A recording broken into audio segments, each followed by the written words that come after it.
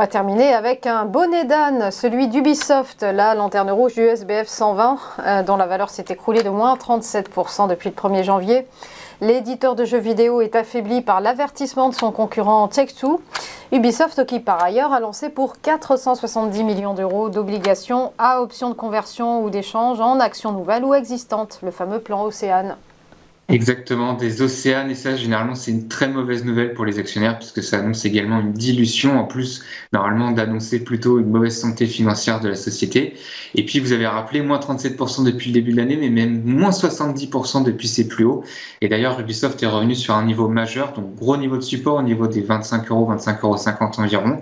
C'est aussi les anciens plus hauts, en fait, de la bulle Internet, donc ça remonte à plus de 20 ans. Donc, on voit bien que Ubisoft est dans de sales draps pour l'instant. Mais bon, on a un support qui est à proximité. On pourrait avoir des achats à bon compte à proximité des 25,50 € pour jouer seulement un rebond technique. Et ce rebond technique pourrait permettre au titre de revenir environ vers le 23,6, un retracement de Fibonacci que vous avez sur le graphique. Et puis également un niveau de gap qui a été laissé ouvert par le marché dans la baisse.